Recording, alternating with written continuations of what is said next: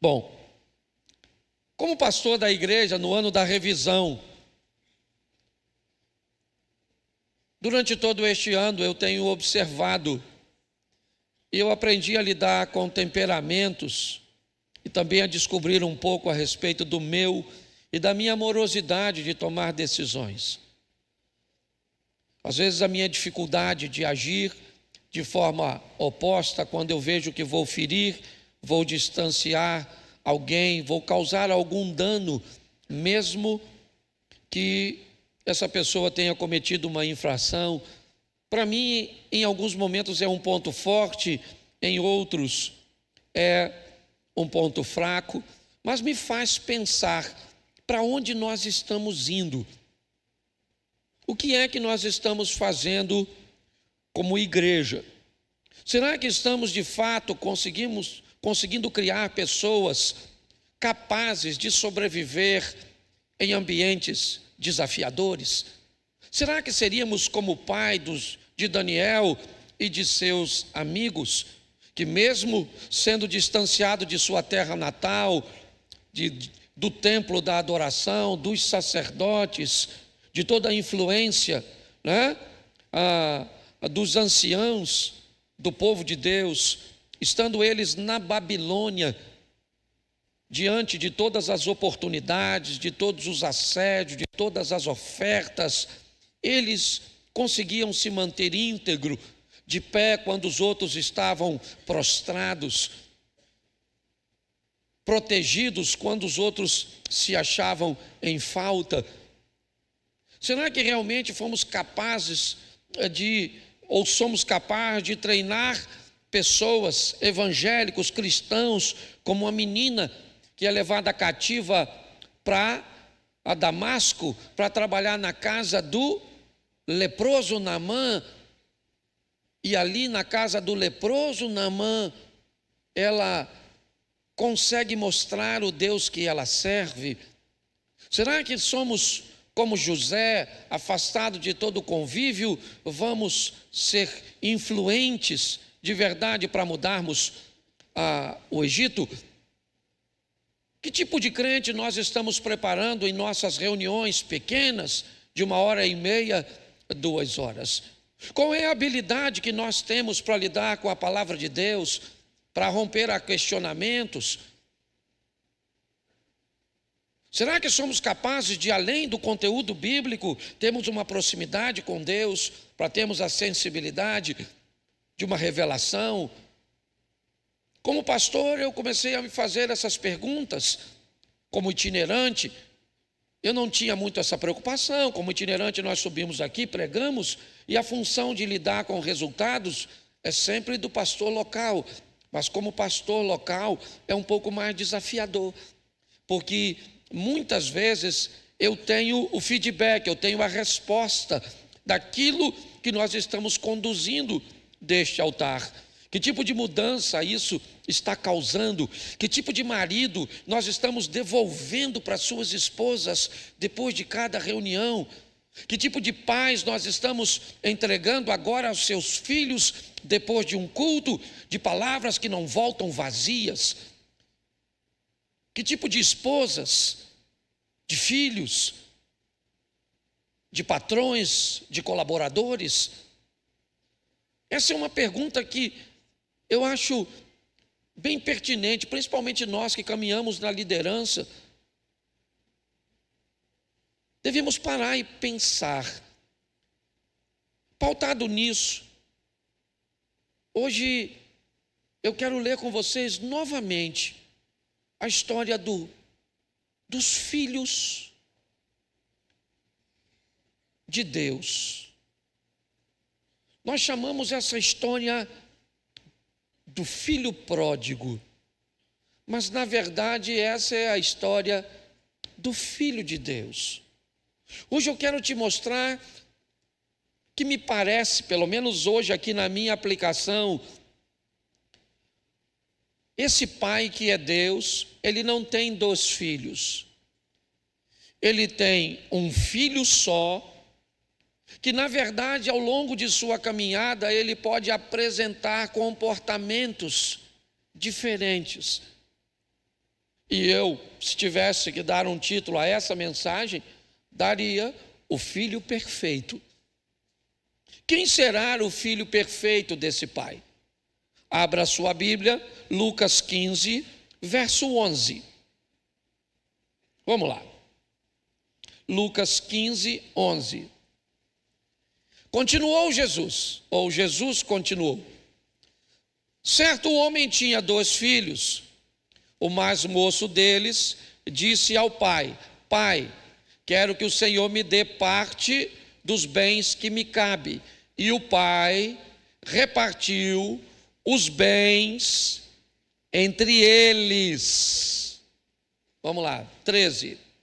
Passados não muitos dias, o filho mais moço, ajuntando tudo o que era seu, partiu para uma terra distante e lá desperdiçou todos os seus bens, vivendo de forma desenfreada. Depois de ter consumido tudo, sobreveio àquele país uma grande fome e ele começou a passar necessidade. Então foi pedir trabalho a um dos cidadãos daquela terra e este o mandou para os seus campos a fim de cuidar dos porcos. Ali ele desejava alimentar-se das alfarrobas que os porcos comiam, mas ninguém lhe dava nada. Então, caindo em si, disse: Quantos trabalhadores de meu pai têm pão com fartura e eu aqui estou morrendo de fome. Vou me arrumar e voltar para meu pai e lhe dizer: Pai, pequei contra Deus e diante do Senhor. Já não sou digno de ser chamado seu filho. Trata-me como um dos seus trabalhadores. E arrumando-se foi para o seu pai. Vinha ele ainda longe quando o seu pai o avistou e, compadecido dele, correndo, o abraçou e o beijou. E o filho lhe disse: Pai, pequei contra Deus e diante do Senhor, já não sou digno de ser chamado de seu filho. O pai, porém, disse aos servos: Tragam depressa a melhor roupa e vistam nele. Põe um anel no dedo dele e sandália nos pés. Tragam e matem o bezerro gordo. Vamos comer e festejar, porque este meu filho estava morto e reviveu. Estava perdido e foi achado, e começaram a festejar. Vamos lá. Ora, o filho mais velho estava no campo.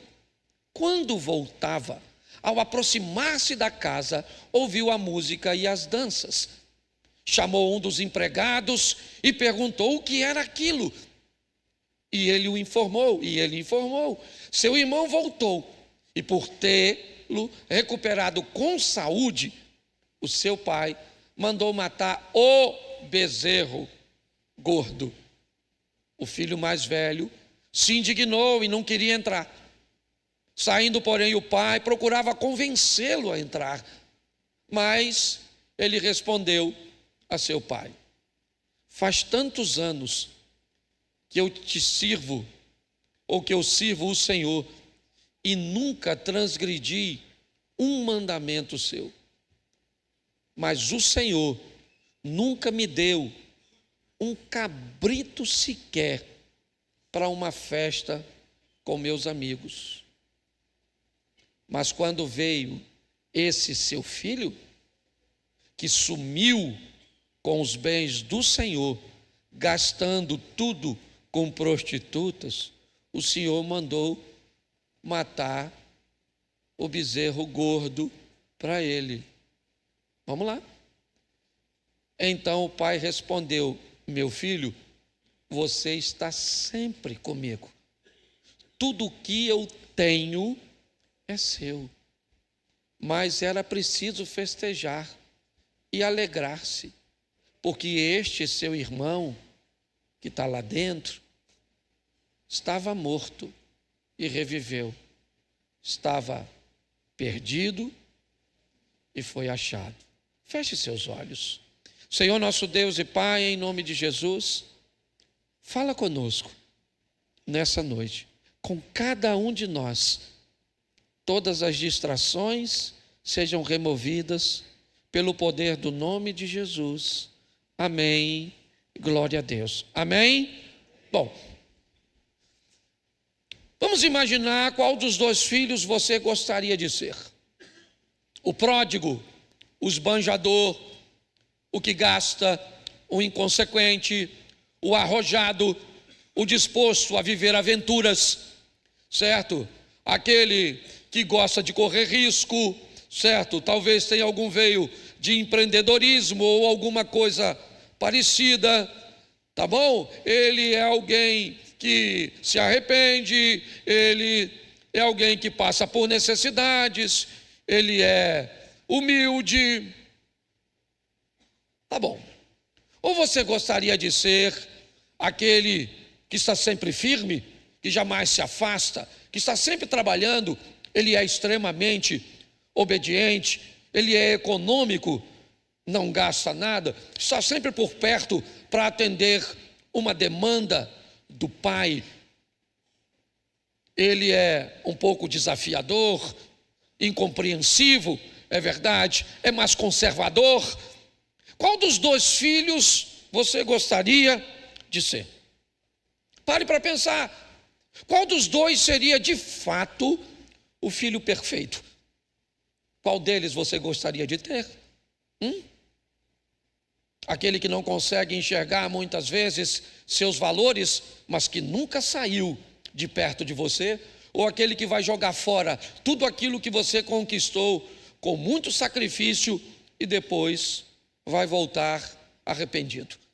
Provavelmente você não gostaria de ser nenhum dos dois rapazes. E provavelmente você não gostaria de ser pai de nenhum dos dois. Porque, na verdade, a tônica nos remete a um filho que precisa ser equilibrado entre a postura dos dois. Porque todos dois carregam em si muitas coisas do pai, do DNA do pai dessa história, que é Deus. O filho perfeito, na verdade, ele seria boa parte do garoto mais novo, arrojado, certo? Disposto a ir, a acontecer, a ver, certo?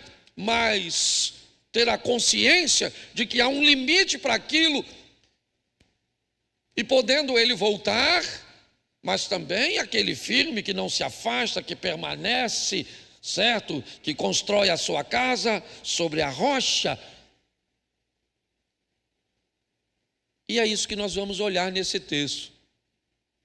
Nós vamos dar uma olhada nesse Deus que tem em nós, dependendo da época, do período, um filho mais novo em nós. Dependendo do momento, um filho mais velho. Nosso comportamento vai oscilar muitas vezes. E talvez aí esteja a beleza de tudo isso. E nós muitas vezes não conseguimos enxergar em nós esses valores. Então vamos entender isso. Bom, o verso 11 diz que o homem tinha 2 filhos. O pai é Deus, o filho somos nós. Aí ele vai descrever o comportamento do primeiro. Ele vai falar da mocidade. O filho mais moço, certo?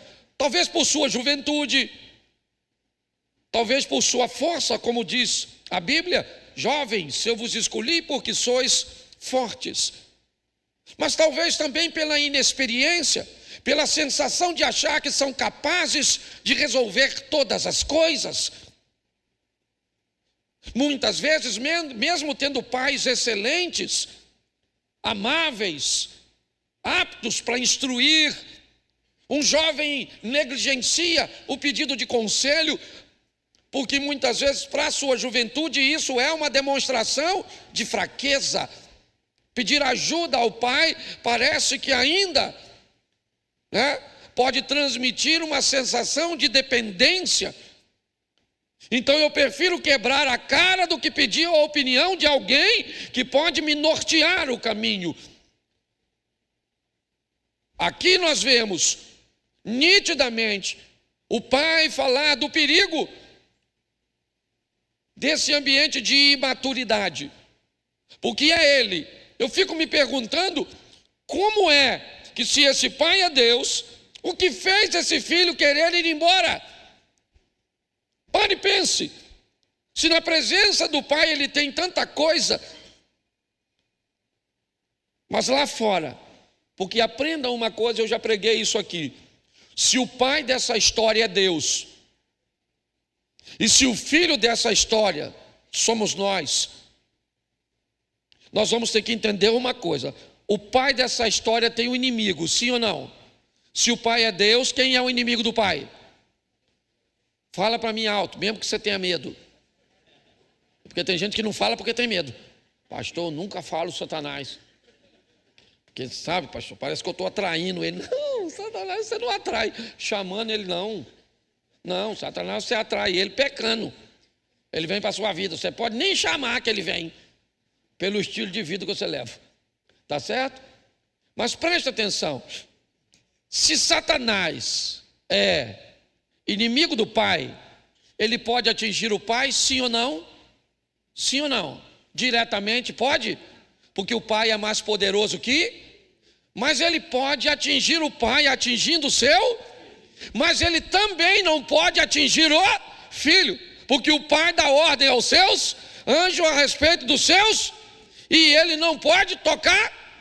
Mas tem uma forma que o Satanás consegue: é tirando os filhos da presença do... Isso, é isso que esse garoto está olhando, esse mais novo. As piriguetes lá fora, as músicas, os negócios, a manguaça, o ambiente mais liberal. E o menino é novo, o menino está de olho. Certo? E de tanto olhar para fora, dá vontade de ir, sim ou não? Quem aqui já olhou para fora? Só para a gente saber aqui, quem já olhou para fora, só para a gente saber a turma da verdade e da mentira. Pouca gente, a maior parte é cego. Certo? Tem época da nossa vida, tem época que parece que desperta em nós um ambiente de insanidade. A gente quer ver o que não quer mexer no que não deve. Você pode até não falar, talvez não aconteça contigo também, não estou falando não. Certo? Não, pastor, comigo nunca aconteceu. Nunca sinto nada. The Walking Dead. Sou um zumbizão, não sinto nada, nem para lá e nem para cá. Eu respeito. Mas esse garoto está atraído. Sim. Por quê? Porque ele é aventureiro, e isso é legal. Sim, tem gente arrojada, gente que não tem medo, de que quer enfrentar, de que quer ir. Não bota só defeito no pródigo, não, que o pródigo também é maneiro. O outro é um Zé Ruela que fica dentro de casa assistindo série. Não vê nada acontecer. E está lá ele, certo? E de tanto olhar aquilo, o que é que ele falou? Eu estou afim de ir lá. Mas eu vou lá com os recursos daqui. Pai, bota o verso 12, por favor, que eu quero que você leia comigo só para você. Me ajude a entender isso aqui. E o pai repartiu os bens entre quem? Isso. O filho novo, o mais novo, pede parte dos seus bens, sim ou não? Mas o texto me sugere que o pai, justo, porque Deus é justo, o que vai entregar para o mais novo, entrega para o mais velho. Ou talvez, me permita até usar o parâmetro bíblico, o mais velho leva bem mais por ser o primogênito. Numa escala de valores, com a partida do mais novo, o mais velho também já recebe a parte dos seus bens. Parece que está tudo certo, mas não está. Porque o que o garoto quer não são os bens. O que ele quer é a liberdade. O que ele quer é não ter sobre si os olhos da regulamentação, do padrão, do protocolo da casa. Entendeu? Do horário que chega, do horário que sai, das obrigações, daquilo, porque isso é chato. Todo filho tem dificuldade com esse negócio.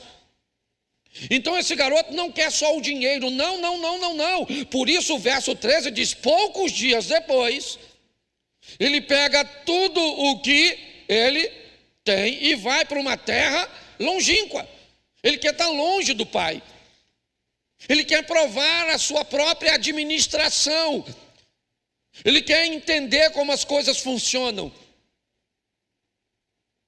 Então, ele vai viver tranquilo, lógico. Porque o modelo de vida dele é um modelo de escoamento. Imagine uma caixa d'água, onde a boia determina o quanto entra. Mas lá na parte de baixo, certo? Define-se o quanto se sai. E para aquele garoto não se entra nada, só sai. Então ele está vivendo. Ele não está nem aí. Por quê? Porque ele nunca se preocupou com os recursos. Os recursos sempre eram provenientes do pai. Mas ele está longe. Ele não fica perto. Ele não quer proximidade com o pai. Porque perto da casa do pai, todo mundo sabe quem é o pai. Entendeu? Às vezes, para fazer alguma coisa errada, eu tenho que ir longe da casa do pai. Eu tenho que me afastar da casa do pai. Porque se eu estiver perto da casa do pai para fazer alguma coisa de errado, sempre eu posso encontrar com um irmão. Alguém que sabe quem é meu pai, sabe qual é a minha conduta. É assim que funciona. Por que você acha que a Bíblia diz que muitas são as aflições dos justos? Porque em todas as vezes que, olha só, muitas não era para ser as aflições do injusto. Aí a Bíblia vem dizer que a aflição do justo é que é muito. Porque todas as vezes que você pega um injusto brigando com o justo, o injusto usa de injustiça, mas o justo, ele tem que continuar justo. Entendeu? Se um injusto bate no meu rosto e eu sou justo, o que eu faço? Não bato no dele. E aí eu não bato, mas eu sofro. Porque não bati. Então é desafiador. Quando nós olhamos para essa estrutura, nós vamos ver o ambiente que ele está vivendo. O verso 13 e 14 fala disso. Ele foi embora viver a vida dele na sua própria administração. Tá bom, porque tem época da nossa vida, tem momentos de nossa vida, que se nós não prestarmos atenção, é isso que nós vamos fazer. Assumimos a rédea da nossa vida e vamos embora da casa do pai. É porque aqui é a casa do pai, né? Então nós temos a tendência de que, se eu estou na igreja, eu não saí da casa do pai. Mas não é disso que eu estou dizendo. Eu estou dizendo é quando nós resolvemos ver coisas que, se eu tivesse na casa do pai, eu não veria. Fazer coisas que, se eu tivesse na casa do pai, eu não faria. Falar coisas que, se eu tivesse na casa do pai, eu não falaria. Fazer coisas com meu cônjuge, com meus filhos, com meus pais, com a minha namorada, certo? Com os meus sócios, com o irmão da igreja, com o vizinho, com alguém no trânsito, sabe? Pega essa palavra e entenda que você é filho de Deus. Então a pergunta é, vamos embora. Mas será que em algum momento eu não me torno esse filho mais novo? Que tem inúmeras qualidades, está certo.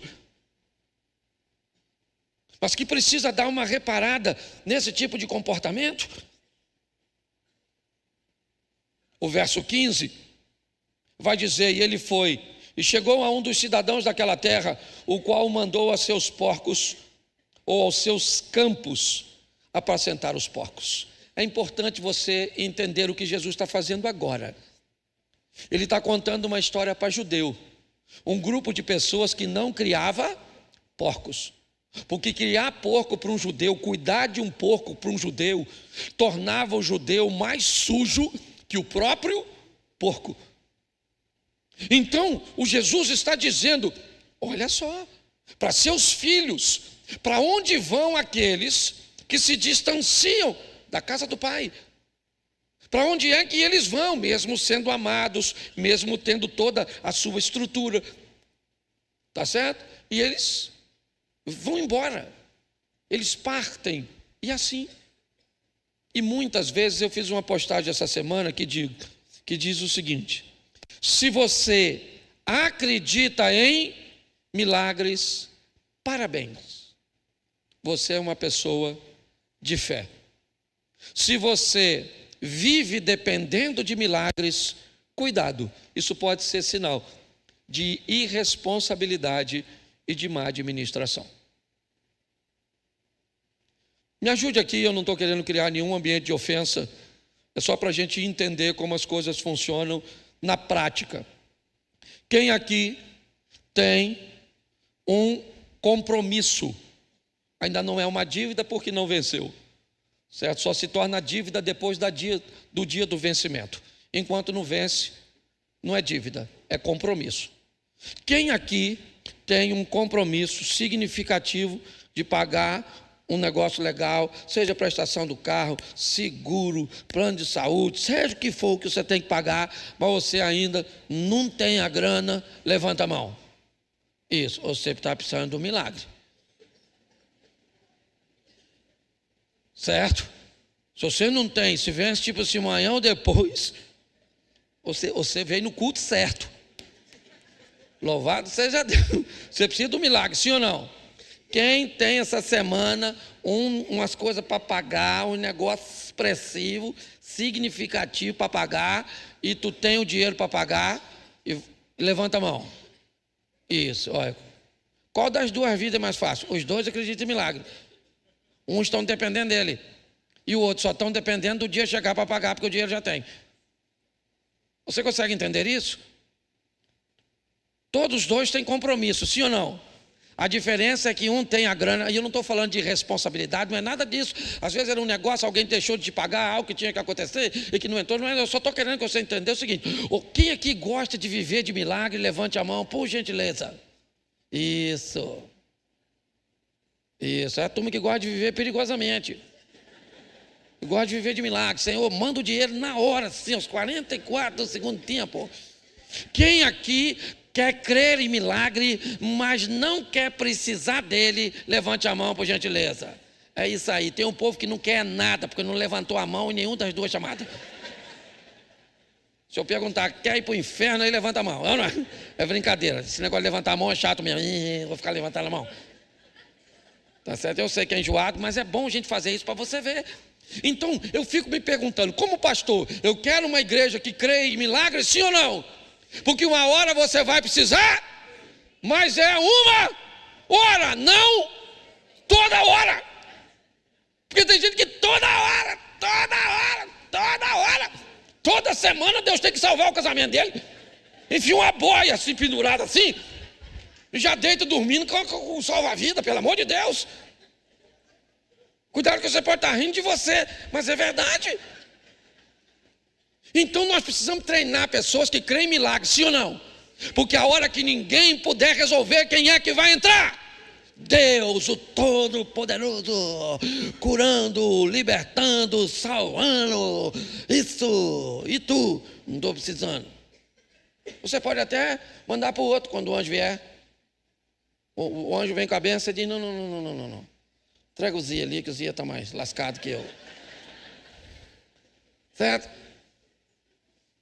Porque tem gente, eu já notei, tem gente que benção, entra na fila.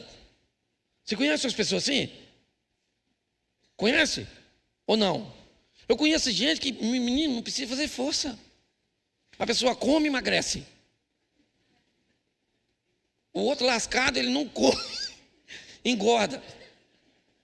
Tem gente que o negócio aparece na porta da casa dele, do nada. Dá uma raiva. A bênção, não é? A bênção, por isso que a Bíblia diz, essas bênçãos seguirão o que crê. Olha que beleza. Pensa, isso que é uma vida, a bênção vindo atrás de tu. A bênção te seguindo, você diz, fica aí. Está seguindo a pessoa certa. Mas dá uma olhada como as coisas são. Esse cara, ele está numa vida bem torta, sim ou não? Sim ou não? Isso, e vai cuidar do porco. Note que é uma história, é uma parábola. Tá bom? Naquele momento, o garoto, bem treinado, olhou e viu que vacilou. Está certinho o garoto. A Bíblia diz: arrependei-vos e convertei-vos. O garoto olhou e falou: rapaz, fiz besteira, não tenho mais dinheiro, estou cuidando de porco, estou lascado. As minas foi tudo embora, porque quando ele chegou, cerol. O irmão dele falou isso aqui, gastou o dinheiro tudo com prostituto. Vejo que o menino era bagunçado, certo? Pelo menos gostava de mulher. Louvado seja Deus. Pelo menos isso dá prazer de pregar a respeito desse garoto, certo? Mas volta aqui para mim, porque a minha história é outra. Já já eu chego onde eu quero. Vamos lá, tá certo? Aí no verso 20 diz: levantando-se foi para o seu pai. Note que é um garoto corajoso, sim ou não? Ele fez besteira, fez ou não fez? Mas ele tem coragem de dizer: eu errei. Esse dia o cara me perguntou: pastor, se sua mulher falar com o senhor, eu errei, o que o senhor faz? Eu falei: eu acordo, porque eu devia estar sonhando. Né, Cília? A sua também, né? Você está rindo por causa disso, né? Eu gosto dele porque ele reconheceu que fez, sim ou não? Esse garoto não tem qualidade? Tem ou não tem? Ele perdeu dinheiro, não perdeu? Mas ele é um garoto arrojado, decidido, corajoso. É meio abestado, mas... E agora ele levantou e foi para o pai. E aí o pai está lá, ó. Seu pai o viu quando ele ainda estava longe. O garoto nem chegou, mas o pai já viu que ele estava voltando. Isso. E o que o pai fez? Esperou ele no portão, arrancou o chinelo, a varinha, falou: é agora que eu pego esse feliz. Mas quando o pai o viu longe, encheu-se de compaixão. Aquilo que o filho mais velho, ele ainda não sabe o que é. Mas um dia ele vai descobrir, acredito eu, certo? Porque ele tem tantas virtudes que o mais novo não tem, e também não tem os defeitos do mais novo, porque é assim. Essa é a grande verdade. Quer falar de mim? Fique à vontade. Eu sou falho. Não quer ver virtudes em mim? Não veja. Você é meu irmão e talvez seja incapaz de enxergar isso. Mas descubra uma coisa, para a sua e minha sorte: o nosso Pai não está aqui para achar defeitos. Ele está aqui para nos oferecer misericórdia. Mas esse garoto está voltando. E ele volta com um discurso diferente. Pequei contra o céu e diante de ti, já não sou digno de ser chamado teu filho, trata-me como um dos teus empregados, trabalhadores. É isso que ele está dizendo. E o pai disse: não, você voltou. E que aquele que confessa alcança misericórdia. É isso. Note que o garoto cometeu erros, você também cometeu? Fique tranquilo. Fique tranquilo. A dívida que você contraiu, o problema que você criou, a situação que você está hoje envolvida, você é culpado dela? Calma, não trata isso como uma fatalidade, não. Vamos pegar esse exemplo aqui e vamos descobrir que esse pai aqui, ele é misericordioso para intervir. Você está arrependido? Você está disposto a mudanças? Então, a sua história não termina assim, não. O pai disse: não, traga depressa uma roupa, põe um anel no seu dedo e sandália nos seus, porque esse meu filho, ele voltou. Vamos pegar um bezerro, ou melhor, deixa eu corrigir, não vamos pegar um bezerro, vamos pegar o bezerro, tá certo? Não é um, é o. Era o bezerro que estava sendo preparado para uma ocasião especial, para um momento que seria um momento marcante. E que momento mais marcante que um pai pode ver, que é o momento que o filho acorda. Porque é isso que ele está comemorando. Porque o filho poderia voltar com a mesma cabeça que saiu. Essa é a minha pergunta. Essa é a sua primeira igreja? Se não, eu te pergunto, quando você saiu da outra e veio para essa, você veio para essa com a mesma cabeça que você saiu da outra? Talvez você esteja aqui enfrentando os mesmos desafios quando saiu da outra. Porque transformai-vos pela renovação da vossa mente, para que descubramos qual é a boa, perfeita e agradável vontade de Deus. Olha só, o bezerro foi morto, não é porque o rapaz voltou, é porque naquela viagem o rapaz morreu. O cara que está voltando para casa não é o mesmo que saiu.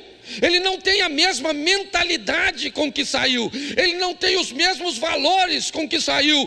Ele sabe agora o privilégio de viver aqui dentro. Ele diz: na casa do meu pai tem pão com, e eu lá fora, ou aqui fora, estou morrendo de fome. Então o filho novo que volta não é o mesmo que foi. O filho que foi morreu. Quem está voltando é o novo. Por isso o bezerro vai morrer. Porque Cristo, na verdade, ele é a representação desse animal que morre. Então nós precisamos entender que não podemos tratar com banalidade a morte dele. Nós temos que fazer valer a pena, mudando a nossa vida, a nossa conduta. E ele vai receber seu milagre. Sim, ele cometeu erros. Sim, nem todos têm a oportunidade. Nem todos têm a oportunidade de receber o privilégio de continuar vivendo depois de um erro. Certo? É só olhar os 2 ladrões da cruz. Até o que recebeu o propósito e aceitou a Jesus, ele também perde o privilégio de viver. Mas está bom, o pai faz uma festa e está tudo certo. Mas, no verso 25, o filho mais velho que estava no campo, provavelmente fazendo o quê? Trabalhando, enquanto o outro estava fazendo o quê? O filho mais velho que estava no campo, quando veio, chegou perto da casa e ouviu a música e as danças. Então tem algo acontecendo em casa que não é comum. O que é que está acontecendo na minha casa que eu não sei? Ele não está sabendo. Verso 26, ele chama um dos servos e pergunta o que é aquilo. E agora a bomba vem.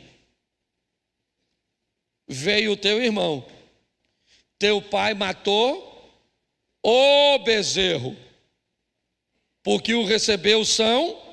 Ele disse: eu não vou entrar nessa festa. Eu não vou, eu não concordo com essa festa.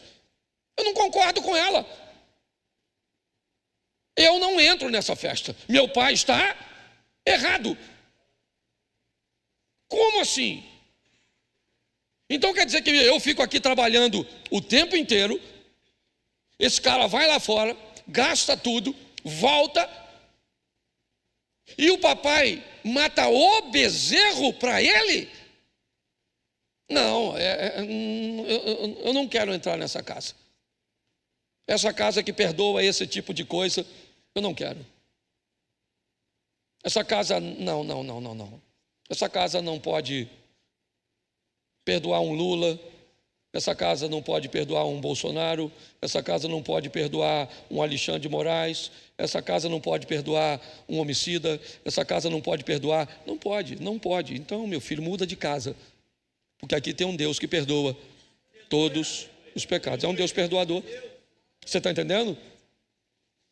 Algumas pessoas, quando olham para esse ambiente, elas têm muita dificuldade. Por quê? Porque elas só conseguem enxergar as suas virtudes. O que esse garoto mais velho faz é olhar para o ambiente que ele está. Não, porque eu estou aqui na igreja, eu carrego minha Bíblia, eu estou todo culto, eu sento aqui, eu estou aqui direto. Tá bom, então é isso. É o que? Uma missa de corpo presente? Mas e os valores daqui de dentro estão em você? E pior, eles estão em você quando você sai daqui, porque é isso. Ele indignou e ele diz: eu não vou entrar, verso 28, não queria entrar. Então o pai sai. É o pai que vai sair. O irmão não tem que tratar com o irmão. O pai é que vai lá fora. Porque o problema do garoto não é o menino ter voltado. O problema do garoto é o pai ter recebido ele. E ter recebido ele com tanta satisfação e honra. Então ele diz: eu não entro. Então o pai sai, no 29. E o pai começa a pedir a ele que entre. Mas ele vai explicar por que não quer entrar. Vamos lá? Mas ele respondeu ao seu pai: há tantos anos eu te sirvo, sem jamais transgredir uma ordem tua, e nunca me deste o quê? Nunca me deste o quê?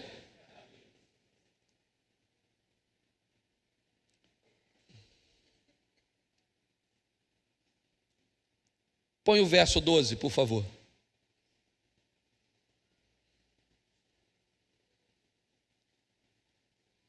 E ele quem? O pai. Fez o quê? Lhes isso. Pergunto eu a você. O mais velho tinha alguma coisa, sim ou não? Sim ou não? Usava o que tinha? Então o problema é dele. Quando ele diz ao pai: nunca me deste um cabrito para alegar com meus amigos, ele começa a mostrar algumas coisinhas bem ruins deste garoto firme, obediente, que não sai da presença do pai, que está sempre lá, mas que tem um coração bem fechado para perdão, certo? É alguém que não sabe usufruir das bênçãos e daquilo que lhe foi entregue. É isso que ele está dizendo. O senhor nunca me deu, como não dei, se está lá?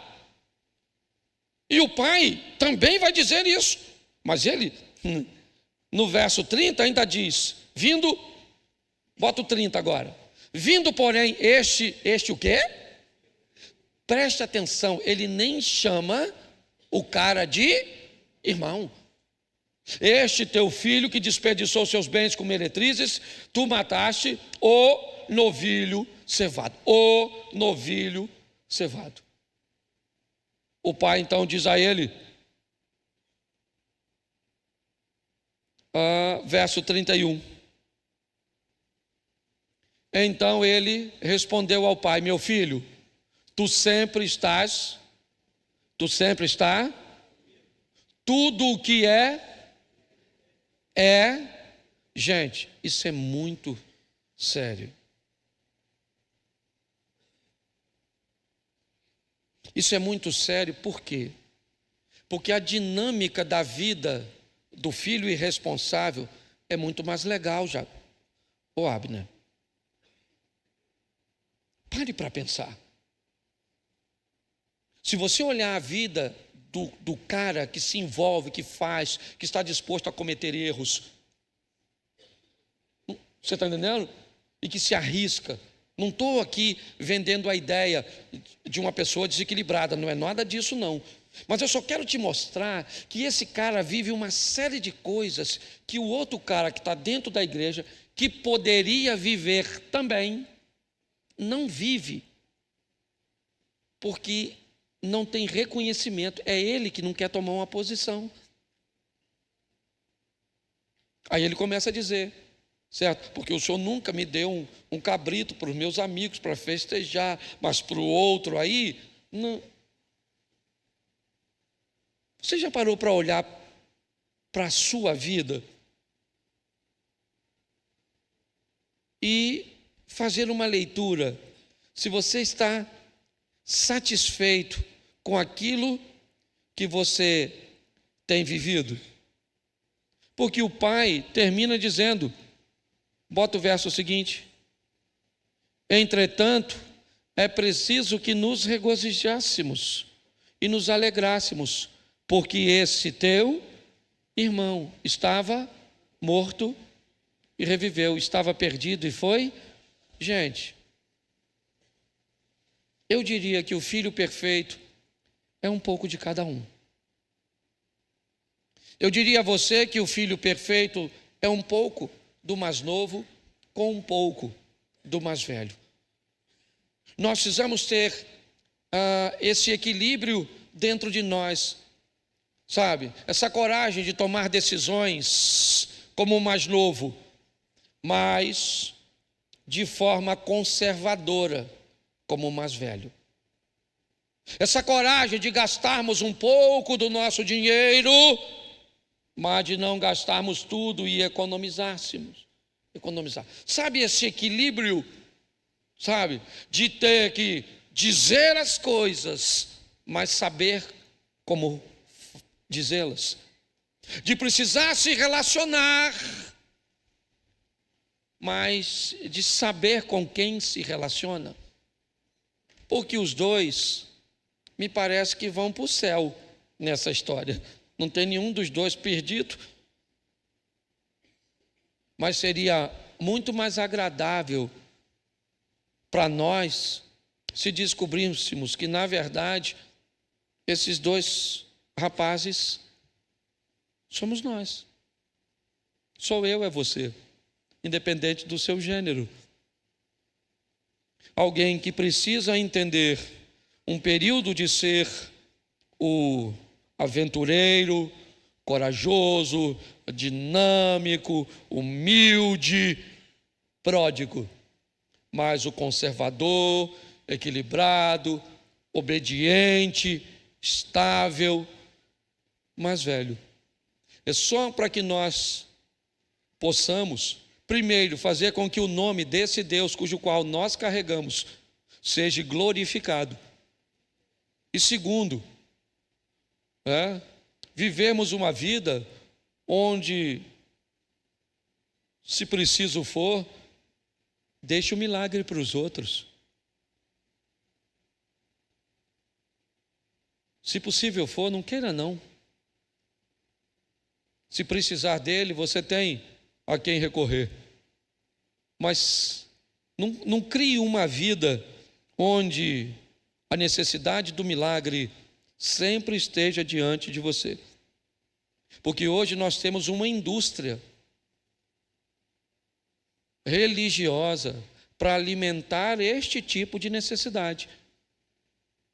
Por isso que você vê, nós viemos comentando isso, hoje voltando de viagem, pessoas que vêm aqui com frases repetidas, te prometendo coisas infundadas, dizendo que você vai vencer, que você vai vencer, que você tem que ter, e tu só se lascando, e o cara dizendo que tu está vencendo, e tu não está vencendo, porque você vai vencer, porque a porta vai abrir, porque Deus vai enviar um anjo, não tem porta, não tem janela, não tem nada, e você vai, e aí o cara aumenta o tom de voz, vai vencer! E aí você, agora eu vou mesmo, maluco. Isso eu vou vencer, e não é isso que nós estamos tentando fazer com você, não. Nós estamos querendo instruir você. Há uma vida que quem olhar para você diz, você não precisa de milagre, não. Ele falou, eu já precisei, e se precisar, eu sei onde é que ele está nas mãos do Deus Todo-Poderoso. Mas enquanto eu puder não precisar dele, não se meta comigo, porque eu estou nadando de braçada. Tá certo? Então olha para aquele que está do seu lado e diga assim, não precisa de milagre. Isso aí. Mas se precisar, fala. Isso aí. Gente, até o grande profeta Gilberto Gil sabia disso quando compôs a música. Anda com a fé eu vou, porque a fé não costuma falhar. Então está na hora da gente ir embora. Entendeu? Eu espero que você não precise de nenhum milagre hoje na sua casa. Eu estava até precisando, mas aconteceu. Eu estava precisando água. Ele deu uma chegadinha assim, não chegou assim muito não, chegou descosta, para dizer que estava saindo. Mas eu estava precisando. Então eu não sei o que você precisa. Tá certo? Eu espero que não seja de um milagre. Mas se for, você está no lugar certo. Porque o Deus que você serve pode fazer um milagre por você. Você pode ficar de pés? Isso. Domingo. Que dia? Tem gente que está precisando de um milagre para levantar. Tá ruim, tá ruim. Eu vi uma dona ali que engatou assim, mas as pernas não responderam. Isso. Domingo eu prego nos 2 cultos, tá certo? E eu tenho uma palavra que vai trazer um norte, sabe? Para dar uma direção. Sabe aquela historinha do Alice no País das Maravilhas? Para quem não sabe para onde vai, qualquer lugar serve, ou qualquer caminho serve. Para a gente definir aí, certo? Para onde é que estamos querendo ir? Se eu estou querendo casar, eu estou querendo me formar, eu estou querendo, certo, criar uma estabilidade, para a gente tomar uma direção e estabelecer um foco, tá bom? Feche seus olhos neste momento. Ah, não, olhe para mim aqui. Se você quiser aceitar Jesus, voltar para Jesus, atrás daquele câmera lá, ó, tem uma salinha do céu. Você dá uma passada lá e diz, olha, eu estou querendo voltar para Jesus, estou recebendo Jesus pela primeira vez, estou só querendo uma oração, estou querendo saber quais são os dias de culto. Vai ter gente para orar, para dar uma atençãozinha a você lá, tá certo? Tá bom? Então, se você quiser dar uma passadinha lá, passe depois no final. Feche seus olhos agora. Pai, muito obrigado por esta noite. Que possamos encontrar o equilíbrio, ó Deus, verdadeiro, de ter em nós as características de um Deus justo, responsável, firme, mas de um Deus valente, arrojado, humilde, como o Senhor se manifesta, ó Pai, com tanta generosidade, que como filhos que somos do Senhor, venhamos unir as características desses dois e vivermos o extraordinário. Leva-nos aos nossos lares, guardado por tuas boas mãos poderosas. E aqueles que nesta noite, Senhor, como pródigo, por algum motivo, precisa de um milagre, entra com providência. Repreendemos agora toda a doença, em nome de Jesus. Repreendemos agora tudo aquilo que não provém do Senhor. Toma os conflitos familiares, toma os ataques de Satanás, ó Deus. Faz um milagre por nós, que nós não podemos fazer. Te damos graças por tudo, Senhor. Que o grande amor de Deus, o nosso Pai, a graça de nosso Senhor e Salvador Jesus Cristo e as duas consolações do Santo Espírito de Deus, seja para com todo o povo do Senhor e todos digam, amém. Isso.